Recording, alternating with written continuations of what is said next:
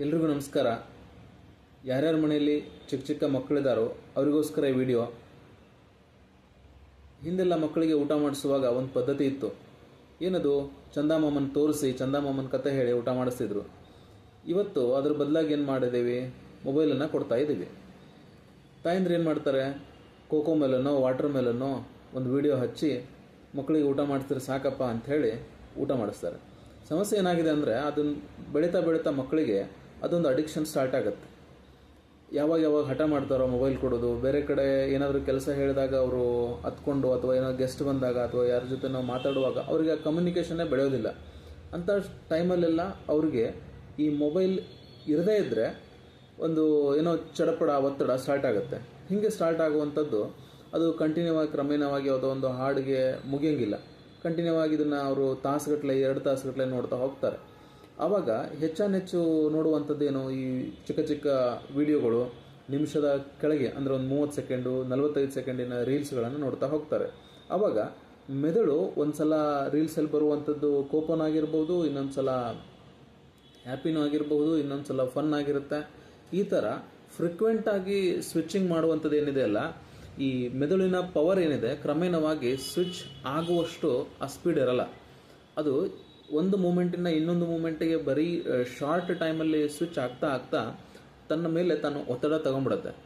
ಹಾಗೆ ಬ್ರೈನ್ಗೆ ಯಾವಾಗ ಒತ್ತಡ ಜಾಸ್ತಿ ಆಗ್ತಾ ಬರುತ್ತೋ ಮಕ್ಕಳಲ್ಲಿ ಸಾಮಾನ್ಯವಾಗಿ ನೀವು ಕಾಣುವಂಥದ್ದು ಏನಂದರೆ, ಈ ಹೊಸದಾಗಿ ಕೇಳ್ಬೋದು ಡಿಜಿಟಲ್ ಡಿಮೆನ್ಷಿಯಾ ಅಂಥೇಳಿ. ಅಂದರೆ ಈ ಒಂದೇ ಕಡೆ ಕಾನ್ಸಂಟ್ರೇಷನ್ ಆಗುವಂಥದ್ದು ಕಡಿಮೆ ಆಗುತ್ತೆ, ಫೋಕಸ್ ಮಾಡುವಂಥದ್ದು ಕಡಿಮೆ ಆಗುತ್ತೆ, ಮೆಮೊರಿ ಪವರ್ ಅಂತ ಏನು ಹೇಳ್ತೀವಿ, ಆ ಸ್ಮೃತಿ ಶಕ್ತಿ ಅದೆಲ್ಲ ಕಡಿಮೆ ಆಗ್ತಾ ಬರುತ್ತೆ.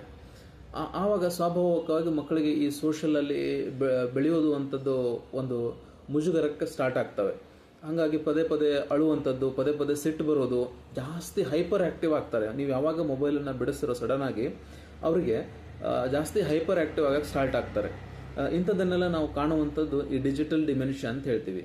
ಯಾರೋ ಒಂದು 4 ಜನ ಜೊತೆ ಬೆರೆಯುವಂಥದ್ದು ಆಗಂಗಿಲ್ಲ. ಅವಾಗೆಲ್ಲ ಅವರಿಗೆ ಬರೀ ಮೊಬೈಲ್ ಬೇಕು ಅಂತ ಸ್ಟಾರ್ಟ್ ಆಗುತ್ತೆ. ಸೊ ಹಾಗಾಗಿ ಎಷ್ಟು ಸಾಧ್ಯವಾದಷ್ಟು ನಾವು ಮಕ್ಕಳಿಗೆ ಸ್ಕ್ರೀನ್ ಟೈಮನ್ನು ಕಡಿಮೆ ಮಾಡ್ತೀವೋ ಅಷ್ಟು ಅವರಿಗೆ ಒಂದು ಮೆಮೊರಿ ಪವರ್ ಆಗಿರ್ಬೋದು ಅಥವಾ ಬ್ರೈನ್ನ ಫಂಕ್ಷನ್ಸ್ಗಳು ಚೆನ್ನಾಗಾಗ್ತವೆ. ಮತ್ತು ಇನ್ನೊಂದೇನು ಸಮಸ್ಯೆ ಅಂದರೆ, ಕಂಟಿನ್ಯೂ ಆಗಿ ಸ್ಕ್ರೀನ್ ಟೈಮ್ ಮಾಡೋದ್ರಿಂದ ಕಣ್ಣಿನ ಮೇಲೆ ಎಫೆಕ್ಟ್ ಇರುವಂಥ ತಮಗೆಲ್ಲ ಗೊತ್ತೇ ಇದೆ.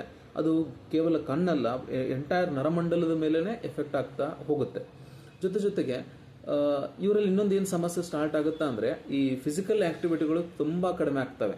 ಒಂದ್ಸಲ ಫಿಸಿಕಲ್ ಆ್ಯಕ್ಟಿವಿಟಿಗಳು ತುಂಬ ಕಡಿಮೆ ಆಯಿತು ಅಂತಂದರೆ ನೆಕ್ಸ್ಟ್ ಏನು ಸಮಸ್ಯೆ ಆಗುತ್ತೆ? ಅವರಿಗೆ ಬೊಜ್ಜು ಬರುವಂಥದ್ದು, ಮತ್ತು ಪದೇ ರೋಗ ಕಾಡುವಂಥದ್ದು, ಒಂದು ಎನರ್ಜಿ ಇಲ್ಲದೆ ಇರುವಂಥದ್ದನ್ನು ನಾವೆಲ್ಲ ಸ್ವಾಭಾವಿಕವಾಗಿ ನೋಡ್ತೇವೆ.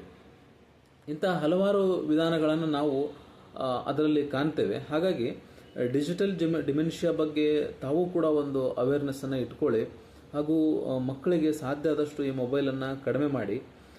ಇದಕ್ಕೇನು ಪರಿಹಾರ ಅಂದರೆ, ಈ ಕನ್ನಡದಲ್ಲೊಂದು ಮಾತಿದೆ, ಕೇಳಿ ಕಲಿ, ನೋಡಿ ಕಲಿ, ಮಾಡಿ ಕಲಿ ಅಂಥೇಳಿ. ಹಾಗಾಗಿ ಪಾಲಕರು ತಾವೆಷ್ಟು ತಮ್ಮ ಒಂದು ಸ್ಕ್ರೀನ್ ಟೈಮನ್ನು ಮಕ್ಕಳ ಮುಂದೆ ಕಡಿಮೆ ಮಾಡ್ತೀರಿ ಅದು ಅತ್ಯಂತ ಸಮಂಜಸ ಆಗುತ್ತೆ. ಮಕ್ಕಳು ನೋಡಿ ಅದನ್ನು ಕೈ ಬಿಡ್ತವೆ. ನೀವೇನೋ ಒಂದು ಬೇರೆ ಕೆಲಸದಲ್ಲಿ ಆ್ಯಕ್ಟಿವ್ ಆದ್ರಿ ಅಂದರೆ ಸ್ವಾಭಾವಿಕವಾಗಿ ಮಕ್ಕಳು ಕೂಡ ಓದೋದ್ರಲ್ಲೋ ಇನ್ನೊಂದು ಆ್ಯಕ್ಟಿವಿಟಿಯಲ್ಲೋ ಭಾಗವಹಿಸ್ತಾರೆ. ಹಾಗಾಗಿ ಇದ್ರ ಬಗ್ಗೆ ತುಂಬ ಕೇರ್ ತಗೊಳ್ಳಿ. ಡಿಜಿಟಲ್ ಡಿಮೆನ್ಷಿಯಾ ಬಗ್ಗೆ ಕಾಳಜಿ ಇರಲಿ. ಹಾಗೂ ಮಕ್ಕಳಿಗೆ ಮೊಬೈಲ್ ಕೊಡೋದನ್ನು ಸಾಧ್ಯ ಆದಷ್ಟು ಕಂಟ್ರೋಲಲ್ಲಿ ಮಾಡಿರಿ. ಧನ್ಯವಾದ.